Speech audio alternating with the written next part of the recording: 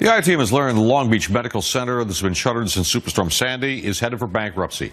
And that has hospital workers firing back with a new lawsuit. The I team's Pei Tse Cheng has exclusive details about the future of the hospital care for this community.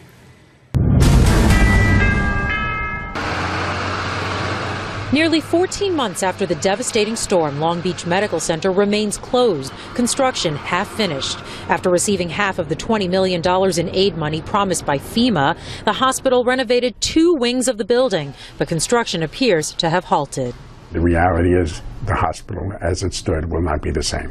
State Assemblyman Harvey Wiesenberg has been briefed by state officials and hospital trustees and says the medical center will file for bankruptcy, which will help with a possible merger with South Nassau Community's hospital in Oceanside. But it's not clear what, if any, facility will be left on the barrier island. They kept saying it was going to open. Maggie Pulowski worked as a nurse at LBMC for 26 years. She was let go right after Sandy, but waited to collect her banked vacation, holiday, and sick days that she accrued because she thought the hospital would reopen.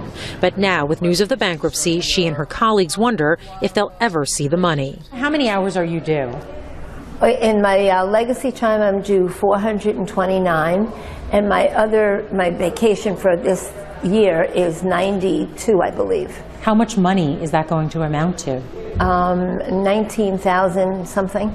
These hospital workers have banded together and hired attorney Michael Berman. Together, they filed a lawsuit today suing the hospital for the money they say is owed to them. Some of these employees for 30 or 40 years didn't take vacation time, didn't spend time with their families, and after decades of not doing that, they're not getting paid for it, and it's just, in my mind, it's salt on the wound. A spokesperson for Long Beach Medical Center says they can't discuss the merger because of a non-disclosure agreement with the state, but they did say that it's unclear when former workers will be repaid because of the complexity of the merger.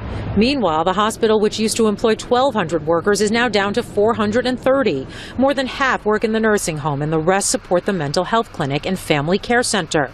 Administrators have also kept their jobs. Some of their salaries total more than $200,000 a year. Former employees are wary, but a hospital spokesperson says operating costs are covered by the nursing home and other programs that are still up and running.